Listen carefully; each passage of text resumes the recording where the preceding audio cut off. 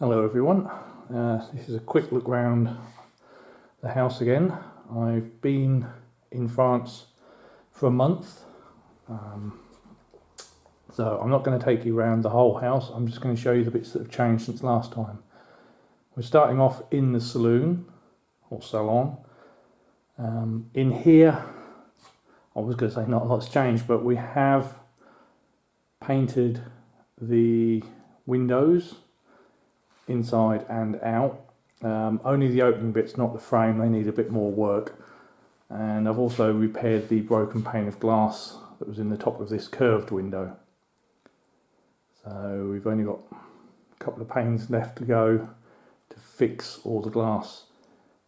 So that's all we've done in here. We've been concentrating mostly in the kitchen, which is going to be a lot of different since you last saw it.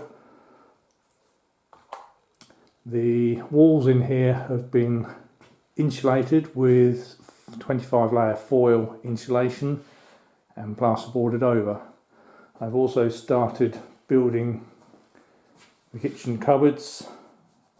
This was mainly just for effect because this month I've managed to get the house re-inspected and the arrest that stopped us living in the house has now been lifted, so I can finally live in my own house.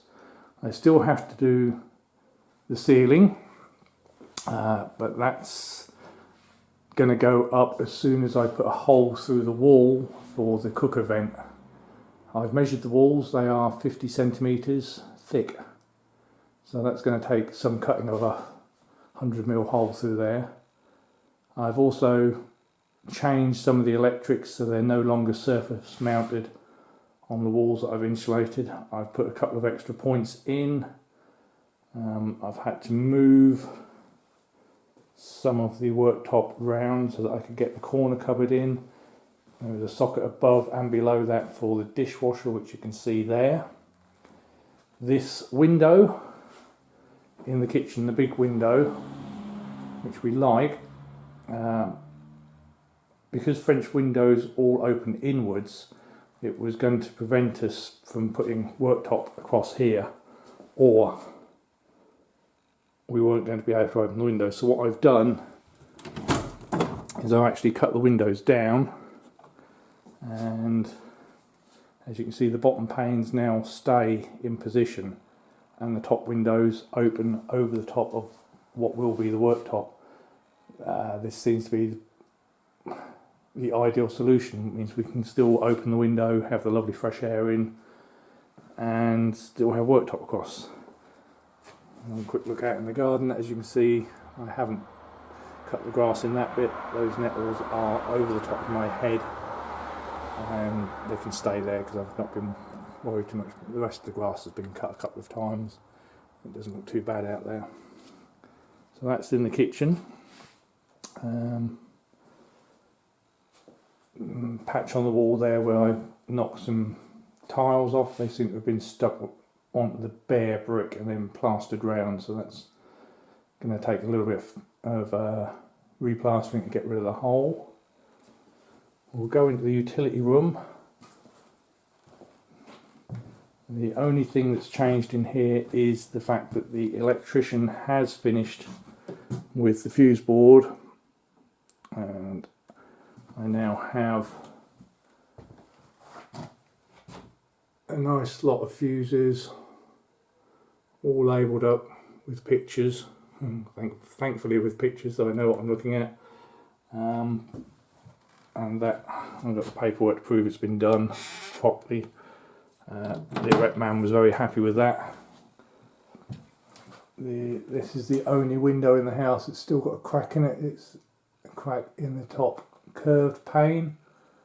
Hopefully you can see that on the video. I have got another piece of glass to replace that with, I just haven't got around to it this time. Right, I think from here we'll go down into the cellar and we'll have a look what I've done down there.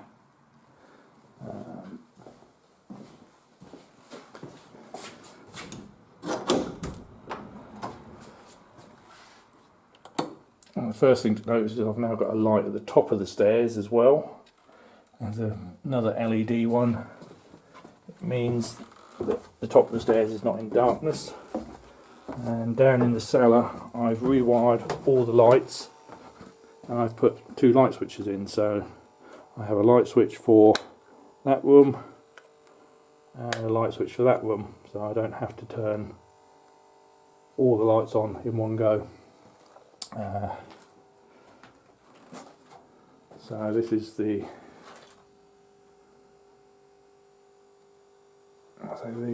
wine cellar room. Not a lot's changed down here. That's a PowerPoint. In here I've got rid of all the hanging cables. I've now got all the electric cables for the lights are in plastic gain and clipped nicely to the ceiling, and pipes and support brackets, so that the cables are not looking rough and ready, which I'm glad, because I didn't want the temporary cabling that I'd done to stop me getting the arret.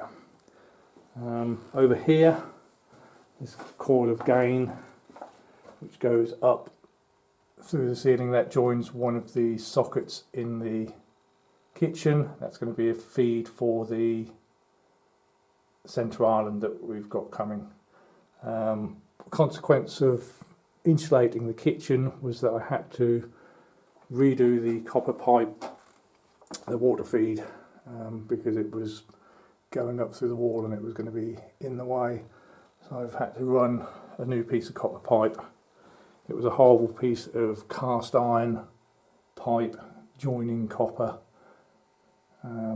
So this small section of pipe now that goes across the ceiling over to the other room is the only original piece of pipe left in the whole house. Not a lot else down here has changed. It's mostly piling up with firewood and a new lawnmower. I've brought my ladder over and a few other bits and pieces. But, right, that's it for down here. I'll join you again up on the first floor. And here we are up on the first floor. This is the other floor that I've been concentrating on working in. We'll start off in the smaller of the 2 bedrooms. As you can see by the plasterboard on the walls, this has been insulated with a foil insulation, plasterboarded out. I've changed the electrics in here a little bit. I've now got some sockets over here which are flush mounted, and I've got a double socket there, flush mounted, and the TV and internet were also flush mounted instead of the surface mounted. I know people didn't like that. I didn't like that, but it was the cheapest way of getting it rewired, which I needed to do to lift the arret off the house, which I think was money well spent. The window is, the moving parts of the window have been painted. Don't think you can see that very well, but it does look a lot nicer. I've got to put the skirting board back on around the bottom. That's still sitting here. So the electrics on that side of the room haven't changed.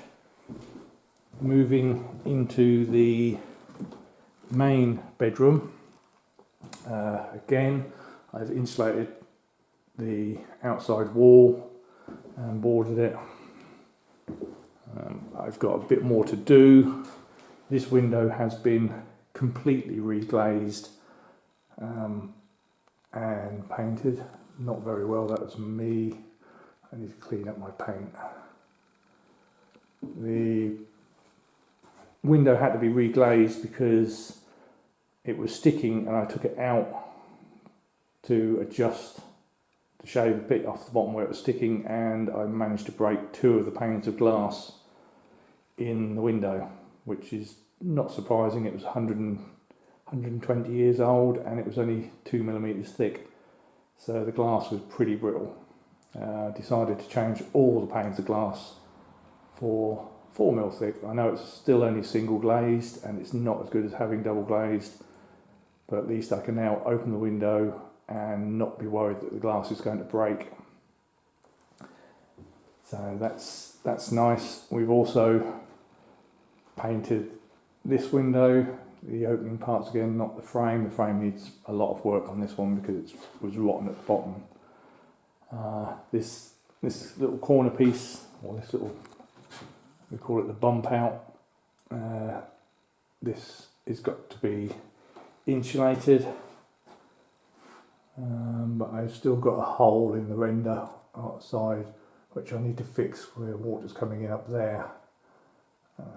But that's hopefully within a month or two I shall get that sorted and done. Then I can insulate this little corner. I'm concentrating on insulating the outside walls rather than anything else.